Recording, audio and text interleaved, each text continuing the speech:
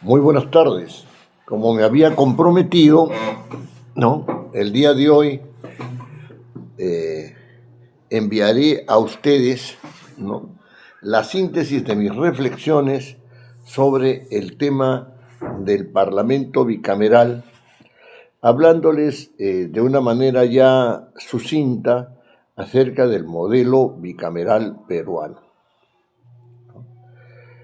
Este modelo bicameral, como ustedes conocen, ha sido regulado por la ley 31988 y en lo que se refiere a sus reglamentos, ¿no?, la regulación proviene de la ley 32135. Estas dos normas son las que constituyen el marco constitucional de la reforma por la cual se pasa de la unicameralidad a la bicameralidad. Mi reflexión de esta tarde tiene que ver fundamentalmente, o está articulada fundamentalmente, en razón de tres funciones que yo considero funciones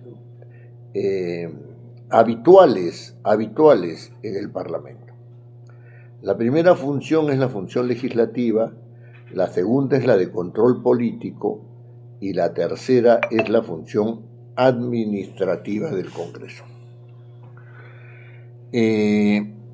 Yo quiero decirles a este respecto que en cada una, para la realización de estas funciones, desde luego que el Parlamento bicameral tiene previstos no solamente organizaciones del Congreso, ¿no?, diversos órganos del Congreso, sino que además tiene previstas una serie de funciones. Funciones que son, desde luego, derivadas de estas funciones principales de legislación, control político y administración del Parlamento. De hecho, como ustedes saben, hacer del Congreso un ente bicameral, ¿no?, supone un acto de carácter administrativo referido a la organización del Congreso. Pero estos órganos, que son la Cámara de Diputados por un lado y el Senado por otro, ¿no?, asumen funciones distintas, las cuales algunas son concurrentes en el sentido de que tienen que realizarlas la Cámara de Diputados y el Senado de manera conjunta. Otras son funciones de carácter sucesivo, donde la Cámara de Diputados inicia el procedimiento y lo termina el Senado, ¿no es cierto? Y las otras son funciones propias de cada una de las cámaras, donde esas funciones son realizadas de manera excluyente, ¿no es cierto?, por una cámara respecto de la otra. Muy bien. La función legislativa en el Parlamento bicameral es una función de coordinación sucesiva, ¿no?, de coordinación sucesiva. Es decir, empieza en la Cámara de Diputados y termina en el Senado, ¿no? Ahora, las características, ¿no es cierto?, las características en cuanto al procedimiento de manera general establecidas en la Constitución o derivadas de la apreciación de lo que la Constitución establece, ¿no?, son dos. La primera es que el tratamiento de la función legislativa es unidireccional. Quiere decir que empieza en la Cámara de Diputados, la Cámara de Diputados aprueba el proyecto o aprueba una opinión acerca de un proyecto determinado, y esa opinión, ¿no es cierto?, que es aprobada por el Pleno después de haber pasado por comisiones, sencilla y únicamente se envía al Senado. Una vez que se envía al Senado, ¿no es cierto?, el ejercicio de la atribución por la Cámara de Diputados cesa inmediatamente. Se hace cargo, digamos, de lo aprobado por la Cámara de Diputados el Senado. De tal manera que si en la Cámara de Diputados se evaluó el proyecto cuando ingresó, el Senado lo que está evaluando, ¿no es cierto?, es lo producido por la Cámara de Diputados.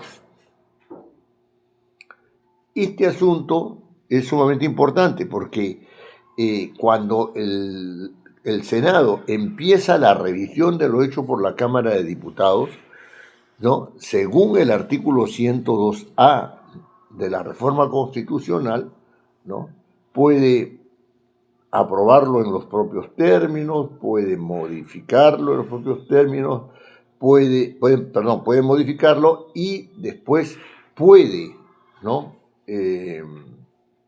desestimarlo y enviarlo al archivo, ¿no?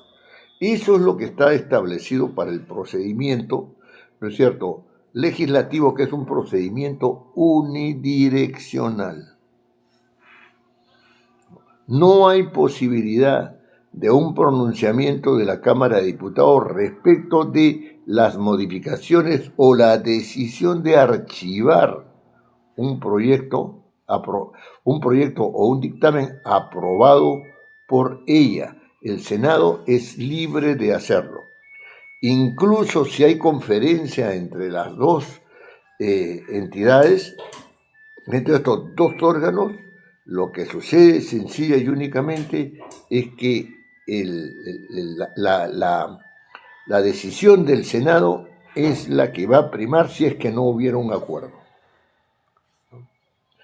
Otro asunto importante en cuanto a la función legislativa es que el Senado no tiene iniciativa legislativa.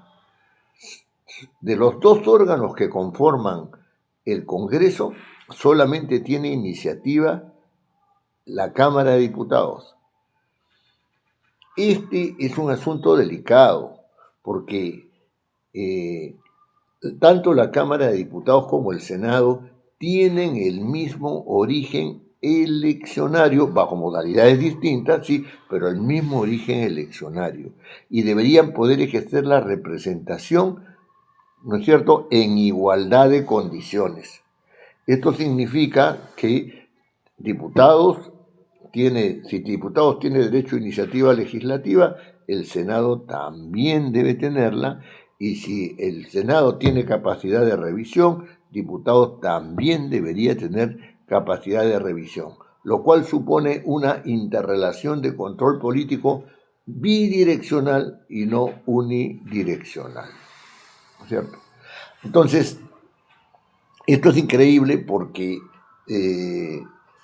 este error se extiende, ¿no?, a un hecho que desde mi punto de vista es inexcusable en cuanto a la participación de las dos cámaras, y es que el Senado tampoco tiene derecho a iniciativa en la reforma constitucional. Y esto sí es un asunto grave, ¿no es cierto?, porque estamos tratando de una reforma de la Constitución. Y esa reforma de la Constitución debería tener como posibilidades, ¿no es cierto?, que se inicie tanto en la Cámara de Diputados como en el Senado. Un aspecto clave es el tratamiento de la observación presidencial cuando ya se ha aprobado una ley. Y este tratamiento de la observación presidencial cuando ya se ha aprobado una ley, ¿no es cierto?, diferencia dos casos. El caso en que la norma se haya aprobado en sesión conjunta, ¿no?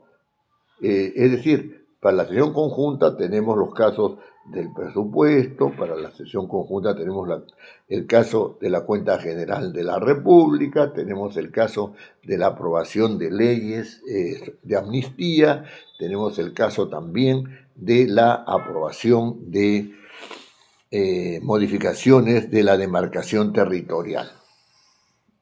Entonces, en cuanto a la función legislativa, ¿no?, aquí se ha hecho las leyes han sido aprobadas en una sesión conjunta. En este caso, ¿no es cierto?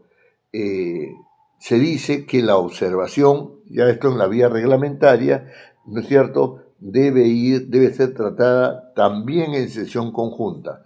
Y la reconsideración de la observación presidencial tiene que ser determinada en una sesión conjunta. No es el mismo caso, ¿no es cierto?, cuando se dice que una ley ha sido aprobada después de haber pasado por la Cámara de Diputados y por el Senado. Y aquí hay matices. Sí, en este segundo caso, la Cámara de Diputados y el Senado, ¿no es cierto?, realizan este procedimiento. Si sucede de que la Cámara de Diputados envía el proyecto al Senado y esto lo aprueba sin modificaciones, se dice que la reconsideración debe ser enviada a la Cámara de Diputados. Y si si el proyecto o la ley, perdón, ha sido aprobada con modificaciones, entonces se debe enviar la observación al Senado. Lo que sucede es que ingrese por donde ingrese, o sea, al Senado o a la Cámara de Diputados, ¿no? Tiene que ir a la otra Cámara. Tiene que ir a la otra Cámara. Y aquí se produce un desfase. Primero, todo proyecto de ley tiene que ingresar por la Cámara de Diputados y pasar al Senado. Ahora resulta que puede ingresar por el Senado, que puede ingresar por la Cámara de Diputados. Entonces, hay una sola mesa de partes, que es la mesa de partes de diputados. Entonces, esa mesa de partes tendría que enviar al Senado, ¿no es cierto? Esa mesa de partes de diputados tendría que enviar al Senado las observaciones si es que ha sido aprobado con modificaciones. Si es que lo ha sido aprobado con modificaciones, entonces se inicia el proceso de reconsideración en diputados. Aquí, diputados tiene que reconsiderar y reconsiderará en el sentido de allanamiento, reconsiderará en el sentido de insistencia, ¿no es cierto?, o si hay un nuevo texto, con lo cual yo estoy totalmente en desacuerdo, ¿no? Y el Senado también, cuando ha pasado el proyecto al Senado, tiene que reconsiderar si lo hace por allanamiento, por insistencia o nuevo texto. ¿Qué pasa si hay diferentes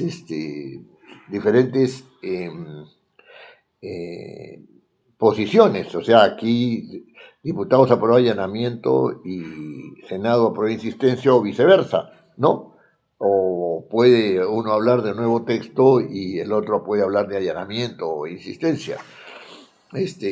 Según el reglamento, si no me equivoco, del Senado, la observación retrotrae el proyecto a sus inicios. O sea, cuando no hay coincidencia, ¿no es cierto?, todo vuelve a sus inicios. O sea, se inicia como si fuera un proyecto de ley. Así se entiende.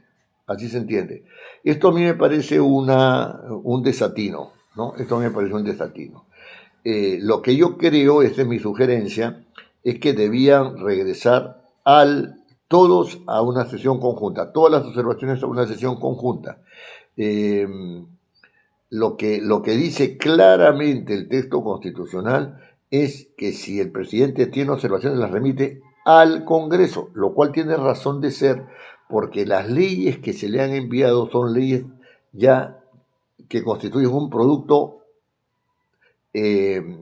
institucional, ya no es un producto de la Cámara de Diputados ni un producto del Senado. Entonces, además, esto aligeraría los tiempos porque pasaría a conferencia de ambas cámaras, ¿no? Ya no necesitaría ir ni a las cámaras de diputados, ni a la Cámara del Senado, ni a las cámaras bicamerales, ¿no? Sino pasaría a conferencia y después de pasar a conferencia, ¿no? Y después de pasar a conferencia, en todos los casos, ¿no? Después de pasar a conferencia, se llegaría rápidamente a una propuesta que sea unitaria entre la Cámara de Diputados y el Senado, se realizan las votaciones por separado, la Cámara de Diputados vota y el otro vota, pero ya con un consenso, ¿no es cierto?, de que se apruebe el allanamiento, que se apruebe la insistencia o que se apruebe la realización de un nuevo texto, ¿no? Matices más, matices menos, ¿no es cierto? Esto haría que el procedimiento de reconsideración fuera un procedimiento que, deviniendo de observación presidencial, ¿no? Fuera un procedimiento más viable, ¿no? Eso en cuanto a la función legislativa, ¿no? Ahora, en cuanto a la función de control político, claro, hay funciones que son propias de cada Cámara y funciones que son concurrentes, en el sentido de que,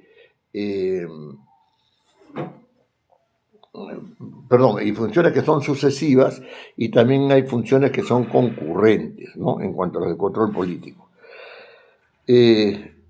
Si la Cámara de Diputados quiere interpelar, censurar, tratar un asunto referido a la cuestión de confianza, conformar una comisión investigadora, etcétera, sobre asuntos que tienen que ver con los ministros o el Consejo de Ministros, ¿no? Puede hacerlo sin necesidad de recurrir a la otra Cámara. Pero si se trata de un tema de acusación constitucional, esta se inicia en la Cámara de Diputados, pero no termina en la Cámara de Diputados. O sea, estas atribuciones referidas a la interpelación, la censura, eh, la cuestión de confianza, etcétera, ¿no? Son asuntos propios de la Cámara de Diputados en los cuales no puede meterse el Senado. Y como ustedes pueden ver, su incidencia propia está en los asuntos relacionados con el control del desempeño del presidente de la República y de los miembros de su gabinete, ¿no? Es decir, los ministros. En cuanto a esta función sucesiva, ¿no es cierto?, que requiere la participación del Senado, diputado solamente tiene la función acusatoria, ¿no es cierto?, en el inicio de la acusación constitucional, ¿no? En cuanto al Senado, el Senado ejerce control político sobre los organismos constitucionales autónomos que se nombran, ¿no es cierto?, que se nombran en el artículo 102A de la Constitución, la versión reformada, ¿no? Y están referidos a la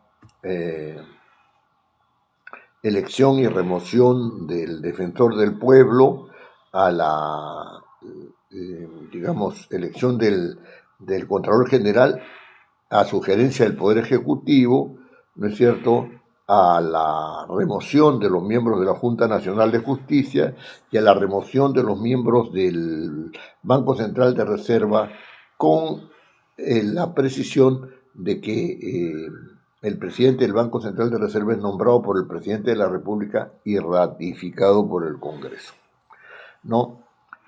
También hay el nombramiento de los miembros del Tribunal Constitucional, ¿no? Y aquí se incluye también la ratificación del superintendente de banca y seguro y administradora de fondos de pensiones. Estas funciones son funciones exclusivas y excluyentes del Parlamento, del Senado, ¿no? Del Senado. Ahora bien, en cuanto a, digamos, a esta función sucesiva, ¿no es cierto?, en la cual empieza en una Cámara y termina en otra, ¿no? La Cámara de Diputados tiene la función acusadora y al Senado le corresponde la función sancionatoria. La función sancionatoria. El Senado está para sancionar. Si creen que no debe haber sanción, el Senado también puede determinar que no ha lugar a determinación de causa y que por lo tanto no puede haber sanción. También puede hacer eso, ¿no? Y aquí surge un problema que en este caso de la acusación constitucional hay un problema relacionado por lo menos con tres funcionarios que pueden ser removidos por el Senado, que son el Defensor del Pueblo, el Contralor General y los miembros de la Junta Nacional de Justicia. ¿Por qué hay un problema? Porque estos funcionarios que pueden ser removidos por el Senado, ¿no? También son pasibles de la acusación constitucional. Tienen la prerrogativa de la acusación constitucional. Entonces, la pregunta que se plantea aquí, ¿no es cierto?, es si hay o no hay una colisión de normas, porque al interior del texto constitucional también puede haber colisión de normas, lo que regularmente se llama antinomias constitucionales. Esto nos lleva a plantearnos la pregunta siguiente. ¿Puede un funcionario del más alto nivel, en este caso el Defensor del Pueblo, el Contralor General y los miembros de la Junta Directiva, pueden ser removidos sin que se tenga en cuenta la prerrogativa de su acusación constitucional, que también puede llevar a su suspensión en el cargo, a su destitución y a su inhabilitación? ¿Puede darse ese caso? ¿No? O puede ser el caso de que, teniendo la prerrogativa de la acusación constitucional, mirado desde otro punto de vista, no puedan ser removidos, ¿no? Puedan ser removidos. Este es un problema que de todas maneras se va a suscitar cuando se ejerzan las funciones de control político, ¿no es cierto?, y coincidan estas funciones de control político entre las atribuciones de la Cámara de Diputados y las atribuciones del Senado, ¿no? Del Senado. En cuanto a la función administrativa, yo creo que aquí estamos nosotros centrándonos un poco en el meollo de la reforma, ¿no? Porque la reforma es evidentemente una reforma de carácter administrativo, ¿no? De organización del Congreso, de cuáles son sus órganos, cuáles son sus funciones. Y en el artículo 90 de la Constitución se dice que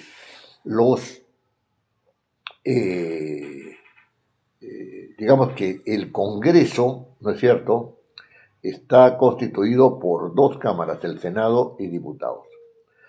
Sin embargo, en el artículo 94 de la Constitución se dice que existen tres reglamentos: el reglamento del Congreso, el reglamento de la Cámara de Diputados y el reglamento del Senado. Ojo, en el artículo 94, que es el artículo nuclear de la reforma, todos los demás artículos dependen de ¿no? Tienen que ser interpretados a la luz de este artículo 90, ¿no? No se establecen tres órganos, sino que se dice que la institución Congreso, ¿no es cierto?, ¿no?, está constituida por dos órganos. Sin embargo, la interpretación que se ha hecho del artículo 94, ¿no es cierto?, es una interpretación donde existen tres órganos. Y esos tres órganos serían el órgano Congreso, el órgano de la Cámara de Diputados y el órgano del Senado. ¿Y por qué se infiere de que se han creado tres órganos, ¿no es cierto?, en este artículo 94? Porque cuando se desarrollan los reglamentos, se dice de que los tres reglamentos tienen fuerza de ley orgánica: el reglamento del Congreso, el reglamento de la Cámara de Diputados y el reglamento del Senado. Y allí hay un tema ciertamente delicado, porque el Parlamento no existe como órgano en la Constitución, sino que existe como una institución, ¿no es cierto?, como una institución paralela a la Cámara, paralela al Poder Judicial y al Poder Ejecutivo, ¿no es cierto? Es una institución del Estado, ¿no es cierto?, la cual tiene dos órganos, la Cámara de Diputados y el Senado. Entonces no puede confundirse la institución organizada en dos cámaras, ¿no es cierto?, como la institución, como un órgano del Parlamento. Esa es una confusión que no tiene ningún fundamento, y decir que si existe un reglamento del Congreso, ese reglamento del Congreso es el que está regulando un tercer órgano, porque se dice que esos órganos, vuelvo a repetir, los tres reglamentos tienen fuerza de ley orgánica, los tres, y solamente se pueden dar leyes orgánicas de los órganos establecidos en la Constitución. Y no existe un órgano Congreso, sino que existe una institución Congreso organizada en dos órganos, ¿no? Hay una colisión, evidentemente. Claro, esto ha surgido porque al haber funciones como el reglamento, perdón, la ley de el presupuesto general de la República, la ley de la cuenta general de la República, la ley referida a la amnistía, la ley referida a la demarcación territorial, ¿no es cierto?, y otra, y alguna así sobre habilitaciones, etcétera, de partidas, ¿no? Estas normas no son en su quehacer, ¿no es cierto?, ni de la Cámara de Diputados ni del Senado, sino de la reunión conjunta de la Cámara de Diputados y del Senado. Y se entiende de que esa reunión conjunta es un órgano distinto. Y no es un órgano distinto, es una instancia. En ella confluyen diputados y senadores. Y en ella, asimismo, ¿no es cierto?, las atribuciones son muy pocas, ¿no? Y además de ser muy pocas, cuando quieren sancionarte, se votan por separado. Hay votación de la Cámara de Diputados y votación del Senado. En eso se envían los reglamentos. Desde mi punto de vista, no puede haber un reglamento del Congreso en razón de, porque lo que ha establecido la Constitución con una lógica bicameral, si es que se ascribe una lógica bicameral, es que esta lógica bicameral implica que las decisiones sobre esa reunión conjunta las toma la Cámara de Diputados y el Senado, y después funcionan según lo que haya determinado la Cámara de Diputados y el Senado, porque son los integrantes de las cámaras los que van a reunirse y además van a votar por separado. Dentro de una lógica estrictamente bicameral, no cabe la existencia de un tercer órgano. Y tampoco cabe la existencia de que ese órgano se autodetermine y tenga una organización propia. No cabe.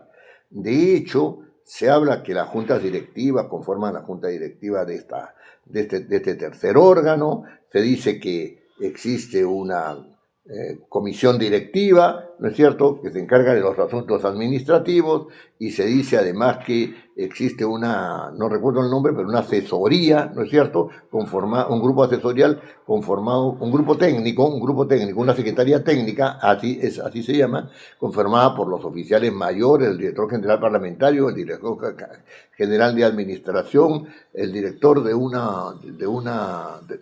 órgano que se ha creado, que en este momento, cuyo nombre no recuerdo, ¿no? Y entonces se juntan todos ellos y sirven de comité técnico. Esta es una organización que no tiene ninguna razón de ser. Ninguna razón de ser. Está haciendo depender, ¿no es cierto?, a la Cámara de Diputados y al Senado de los aspectos meramente administrativos manejados por un ente Congreso que en la Constitución no existe y que por lo tanto no puede ser tratado como si fuera la Cámara de Diputados o el Senado. Más aún, se dice que existe un presupuesto del Congreso y que las cámaras remiten a esta comisión directiva, ¿no es cierto?, sus presupuestos. Eso no es correcto. La Cámara de Diputados, por su autonomía, goza de su propio presupuesto, y la Cámara del Senado goza también de su propio presupuesto. Y en consecuencia, eso consagra su autonomía económica, ¿no?, y da lugar a su autonomía administrativa, ¿no?, y posibilita su autonomía política. Hay un tercer órgano fantasma que se está creando para ¿no es cierto?, limitar las atribuciones de la Cámara de Diputados y del Senado y manejar el Parlamento por la vía administrativa.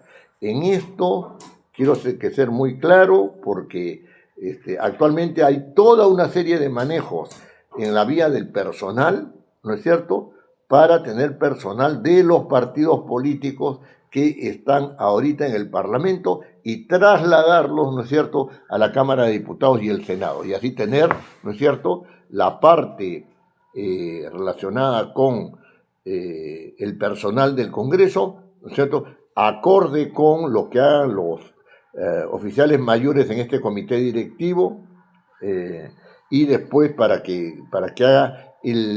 que haga el Congreso, ¿no es cierto?, unificando los criterios, ¿no es cierto?, de administración del Congreso.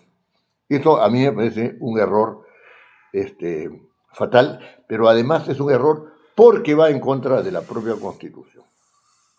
Un último asunto que quiero tratar es el tema de la vigencia de la ley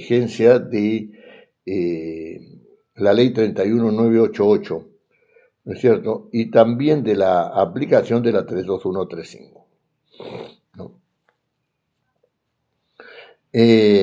Miren,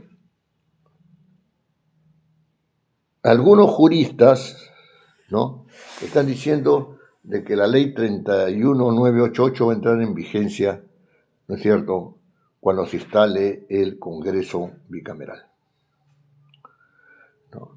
La pregunta que en este momento uno se plantea es: ¿por qué dice la Constitución, ¿no?, en la primera disposición complementaria, que la ley 31988 entra en vigencia con las elecciones generales? Entonces entra en vigencia realizadas las elecciones generales, porque no puede entrar en vigencia para estas elecciones, porque las elecciones generales se inician con la convocatoria de la señora presidenta. En este caso, ¿no?, la señora presidenta, se han iniciado. Tan se han iniciado que el jurado electoral, ¿no es cierto?, ha tomado, ¿cómo se llama?, ha tomado las atribuciones, ¿no es cierto?, que le son propias, ¿no?, desde esa convocatoria, es decir, manejar todo el asunto referido a la propaganda electoral. Ya si los actores políticos están o no están inmiscuidos en actos electorales cuando no debían estarlo, ¿no es cierto? O sea, se ha iniciado el proceso con la convocatoria, en este caso, de la señora Dina Boluarte. Bueno, la convocatoria era condición para que la 31988 entrara en vigencia. Entonces podemos decir que la 31988 está en vigencia, porque se ha realizado la convocatoria de las elecciones generales, pero no está en vigencia para este proceso. Y no está en vigencia para este proceso electoral, porque la señora no puede haber convocado por una ley, ¿no es cierto?, para la cual el cumplimiento de la convocatoria era una condición. La señora ha convocado a elecciones y ha cometido un error al decir que convocaba elecciones generales, bicamerales, porque la bicameralidad no estaba vigente y entonces solamente podía haber convocado a elecciones unicamerales. Si esto es así, ¿no es cierto?, y se encuentra vigente la 31988, no se encuentra vigente para este proceso, sino para el proceso del 2031.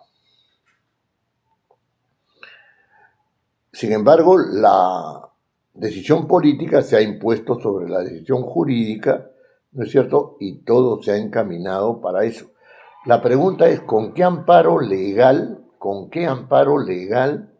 el Jurado Nacional de Elecciones ha convocado, ¿no es cierto?, bueno, no ha convocado, sino ha iniciado el procedimiento de inscripción de partidos políticos para las elecciones generales con un parlamento bicameral, sin ningún amparo jurídico.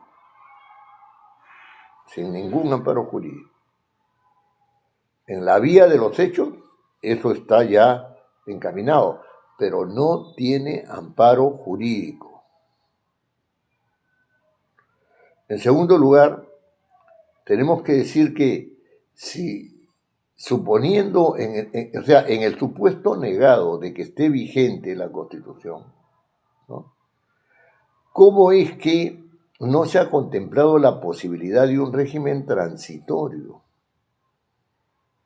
El régimen transitorio supone que hay una serie de reglas que van desde la elección, ¿no es cierto?, desde la elección, finalizado ya el acto electoral, hasta la constitución de la Cámara de Diputados y del Senado. Este régimen transitorio supone una serie de reglas de constitución de la Cámara de Diputados y del Senado. Y no se ha dado, ¿no es cierto?, como un régimen que posibilite esa constitución en la propia reforma constitucional de la 31988. Podía haberse hecho de dos maneras, dando una disposición transitoria estableciendo las reglas para la constitución de la Cámara de Diputados y del Senado, o se podía haber hecho diciendo que autoriza, ¿no es cierto?, autoriza al Parlamento unicameral para que dé las reglas relacionadas con, ¿no es cierto?, la constitución de la Cámara de Diputados y del Senado, que no es lo mismo que dar los reglamentos. Porque una cosa es facilitar que se constituya la Cámara de Diputados y del Senado, y otra cosa es decirle, tienes que hacerlo, tienes que funcionar de esta manera. Para eso, cada Cámara puede dar su reglamento.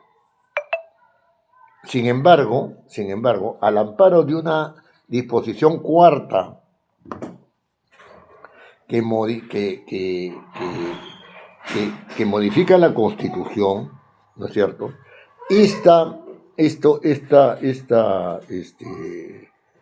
esta norma, ¿no?, ha establecido que sí pueden las cámaras establecer dar los reglamentos de la Cámara de Diputados, del Senado y del Congreso, ¿no? Ha dicho que sí puede, pero si esa norma es parte de la reforma y la reforma no está vigente, ¿qué sentido tiene? ¿Bajo qué amparo legal se han dado los reglamentos?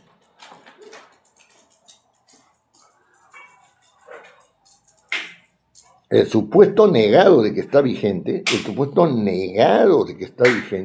¿no?, hace que uno entienda de que no estando vigente, entonces tampoco puede dar los reglamentos.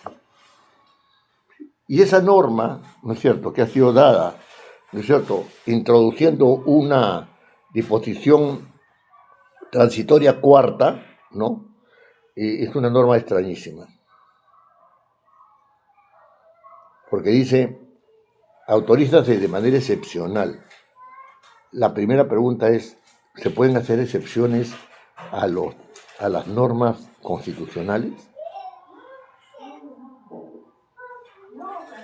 Las normas constitucionales tienen un carácter programático. Esas normas constitucionales que tienen un carácter programático no pueden ser motivo de excepción. Y ese es el principio.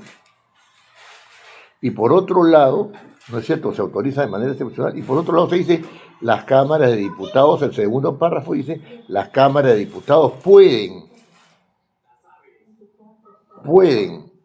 cambiar este reglamento cuando les parezca. Estoy parafraseando, ¿no? Lo único que tenía que haber facilitado el Parlamento es la constitución del Congreso y para eso debía establecer el régimen transitorio y no lo hizo. Ahora ese régimen transitorio está dentro de los reglamentos y los reglamentos no tienen amparo constitucional. No tienen amparo constitucional. Más aún, no tienen amparo, más aún, no, o sea, ahondando más, no tiene amparo constitucional el reglamento del Congreso.